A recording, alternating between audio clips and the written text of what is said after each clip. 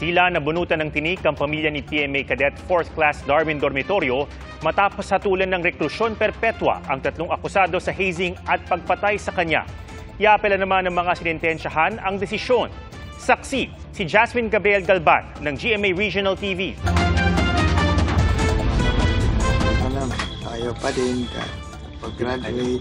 Ang mensaheng yan ni Cadet 4th Class Darwin Dormitorio para sa kasintahan nakunan sa kwarto ng kanyang upperclassmen na sina Cadet 3rd Class Shalimar Imperial at Felix Lumbag Jr. ilang araw bago mamatay si Darwin. Mapapansing namamaga ang kanyang pisngi at kahit hirap ng magsalita, pinakanta pa siya. Ikaw lamang ang nasa isip ko, sinta. Uy, yung boses ko pala iba na. Huwag kang ma-shock. Saka ito, ngipin ko kasi may defector, papacheck up ko pa. September 17, sa loob ng parehong kwarto, nakunan si dormitoryo na hinang-hina habang pilit na nag-exercise. Hirap na hirap din siya habang nagsusuot ng medyas. Nang sumunod na araw, dinala si dormitoryo sa PMA Hospital. Nakasaad sa medical certificate na puno siya ng pasa sa dibdib, tiyan, tagiliran at likuran. Nagsagawa ng CPR pero binawian siya ng buhay. 6 na buwan pa lang noon sa PMA si Darwin na nangarap maging sundalo. Idinitalyan niya ang mga karanasan sa journal na kasama sa mga gamit na ibinalik sa kanyang pamilya. Sa isang punto, isinulat niyang minsan ay parang takot na silang gumalaw kapag nandyan ang kanilang bodies. Baka konting galaw lang daw ay nakakatanggap sila ng pananakit. Binanggit din niya ang paghampas sa mukha ng isang Cadet Imperial. Sa August 6 entry, nakalagay na naisip na raw niyang mag-resign. Meron ding drawing na sa tingin ng pamilya ni Darwin ay pagsasalarawan ng hirap na dinanas niya sa loob ng academy. Ayon sa mga saksi, sinaktan si dormitoryo ng mga upperclassmen niya dahil hindi nasunod ang pinagagawa sa kanya.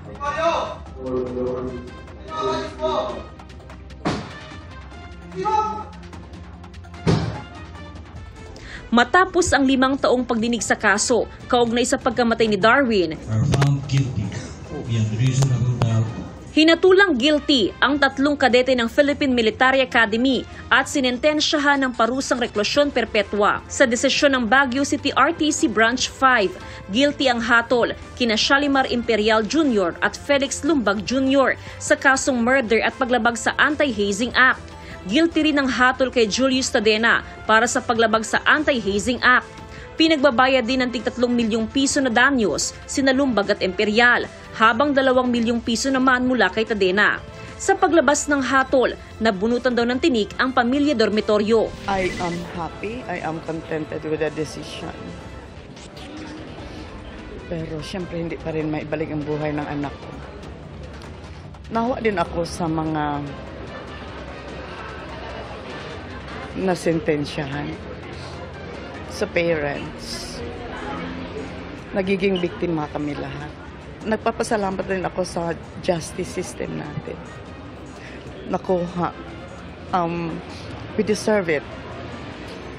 My son deserves it. Nakatakdang umapila sa Court of Appeals ang kampo ni na Imperial, Tadena at Lumbag. Tumanggi magbigay ng pahayag ang mga kaanak ng 3. Para sa GMA Integrated News, Jasmine Gabriel Galban ng GMA Regional TV, ang inyong saksi.